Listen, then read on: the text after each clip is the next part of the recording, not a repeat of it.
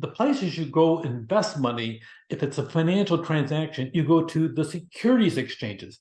Here's an image here of New York Stock Exchange. Once upon a time, all these places on their floor used to be full of different stockbrokers and people out there buying, selling, screaming, yelling at each other, different color vests on, giving each other the fingers. They actually did give finger signs, not the ones you're thinking of, but they gave different signals as they would sit down there, try to talk to each other across a room full of different things and do buying, selling, trading, whatever it was. Now, almost everything is digital. That's why we call the class digital investments. Yes, yes. So that being said, the security exchanges, they're there, they're very active.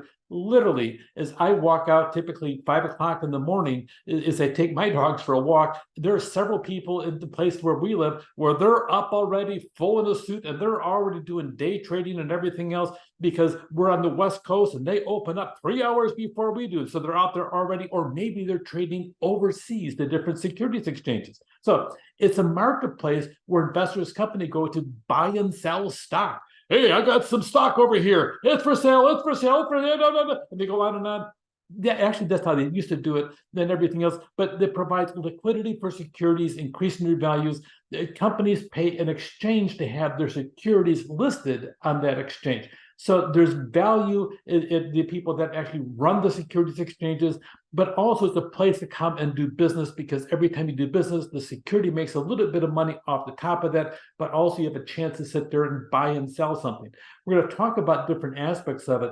First of all, usually, if you do a lot of stock, you're going to exchange in units of 100 shares. If you don't, we call it an odd lot or a broken lot, where you sit down, this not multiples of that, and there's actually a fee for that because it's not 100. Just in case you wanted to know, really at the time of this recording, Berkshire Hathaway, for one share of stock, costs over $550,000 for one single share.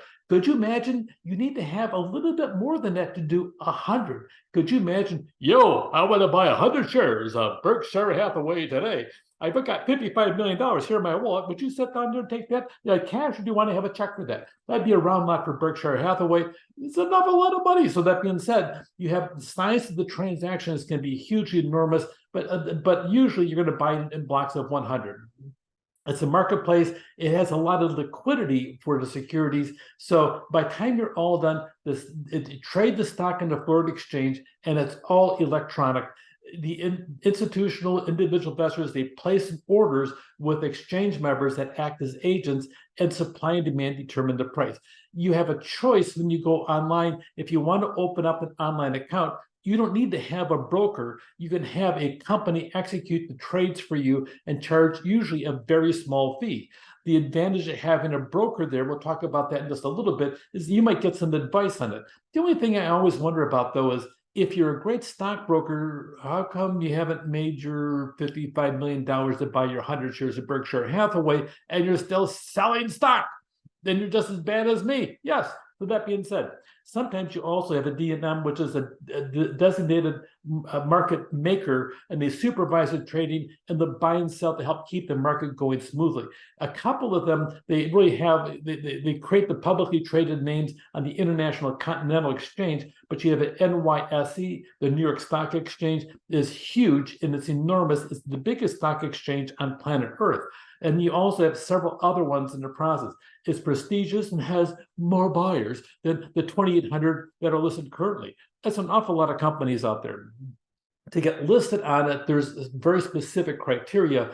Lately, probably the most exciting things that I've seen in the last decade has been Tesla. Tesla had to have 3 quarters in a row that were profitable. And when Tesla did that, the whole world went, oh, Tesla, Tesla, Tesla. And sure enough, Tesla did spike just like it spikes all the time on a regular basis. So you have to have 400 or more shareholders, 1.1 million shares held, and a market capitalization of $100 million and a share price of $4 or more. So that being said, you have to have those different qualifications, but you don't have to have your listing on the New York Stock Exchange. There's other options. But if you're a corporation and you're selling stock, the coolest place to be is always the New York Stock Exchange. It is really the history and the icon of all stock markets. Although you'll see almost every single country that has a decent capitalistic system at all, they have their own stock exchange as well. Even some of the ones that are communist have their own stock exchange, because that's where they can actually go and make money outside of the Communist Party. So that being said, some companies get delisted, which is a bad thing. In other words, you can't cut it anymore and they boot you out the door. So one day activity, here's one. Look at all the different issues that happened out there. And this is kind of a tracking mechanism. And if you go online, you can almost all see this to all the different aspects to the different stock exchanges. Issues traded, the last close you'll have the 3,437. The previous close was a little bit lower than that, above that. So you have a week ago, you'll see all the different aspects. You'll see the advances, the declines. On this particular day, you had more declines than advances. So overall, the stock market as a whole went down. You'll see the previous close, you had that. So it's been going down multiple times. And a week ago, it went down again. So unchanged, only 153 were unchanged. You have all the different data sitting right here. You can kind of get a gist as to what's going on if you monitor it on a regular basis. It's really important. Now, here's the advice I have. We'll talk about program trading at a later date. Program trading is when the large investors, they come out there and all of a sudden they say, yo, I'm going to sit down there and take my $70 million and put it all into this stock. Whoop. And all of a sudden that hits the market, the stock goes up, they turn around, they sell it 93 minutes later because of 5 different criteria met, the stock was, and boom, they sell it, and you got so excited, it went up and everything else, you bought it, and all of a sudden it drops $10 in value, and you're losing money, you don't understand why. So program trading can really be very volatile, which is why I urge you, if you're going to play in the stock market, there's other markets for investments that I'm going to talk about at a later date. You're going to play in the stock market, you need to pay attention all day long as to what's going on there and play it like you really mean it. You can't sit down and buy stock and expect nothing to happen because you're going to check in 10 more days. That's not how it works. You have to be very interested in what you're doing, or just plan that you're playing for the long game. If you're paying attention and you're sitting down and you forget about the stocks for 10 days, you could sit down, be very rich after 10 days or very poor after 10 days, and you check back in and say, oh my gosh, look at this, I'm rich, rich, rich. Oh, wait a minute, I read that wrong. I'm poor, poor, poor. So you have to be careful, and that's why watch the activity, what's going on. Even the general market overall will be a signal for you as to if it's going good or bad for you. So pay attention, watch the numbers in the process. So if we have an all-electronic aspect, NASDAQ is huge and it's enormous. It is not just America. Keep that in mind. It really is across the whole world. It's got 3,400 companies listed. The dealers make the market. The investors buy and sell at the dealers rather than other investors. So it's a little bit different aspect as to what's going on. So if you're going to dive into it, go read about what New York Stock Exchange does. You have all your high-end stocks are listed there, okay? And then also what the NASDAQ is, and you'll hear almost all the time, you'll hear different aspects. You'll hear the New York Stock Exchange was happening. You'll hear about NASDAQ. You'll also hear about some over-the-counter items as well. So you hear about the different things that are out there selling. And of course, you're going to hear about the S&P 500 as well and the Dow Jones. We'll talk about those in just a little bit. Here's the NASDAQ. You'll see over here, it looks very similar to what happened on the New York Stock Exchange. You'll see really a lot of the different markets, they will shift and flex, and they'll duplicate each other sometimes. Every once in a while, you'll see a variation, but for the most part, stock exchanges really do have a general trend as a whole. So on over-the-counter, it's an informal market for shares not listed on any exchange. You too can sit down and take Joe and Harry's air conditioning, sell stock for it, and it could be penny stock. They have a whole range called penny stocks, which actually cost cents. I guess that always makes sense, doesn't it? If you buy stock on this, okay, anyway. So that being said, so you have stock that's listed for cents, you might sell it for 55 cents a share.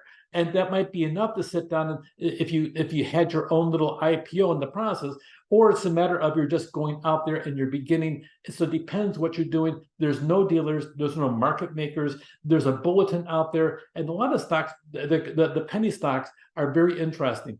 Actually, if you invested massive amounts of money in the penny stocks, sometimes you will make more money than if you listed in the blue chip stocks. And by a blue chip stock, that's a slang terminology for some of your high-end stocks that really are in the Dow Jones Industrial Average. We'll talk about that in just a minute, as well as the New York Stock Exchange. Here's a search. You'll see here, okay, the Kellogg Company, it's listed on the New York Stock Exchange, NYSE, and the actual name of it is called K. So the Kellogg Company, that is their moniker. So the K's over there. You see Grayscale Bitcoin Trust. You see OTC markets, over-the-counter markets, and its numbers is GBTC.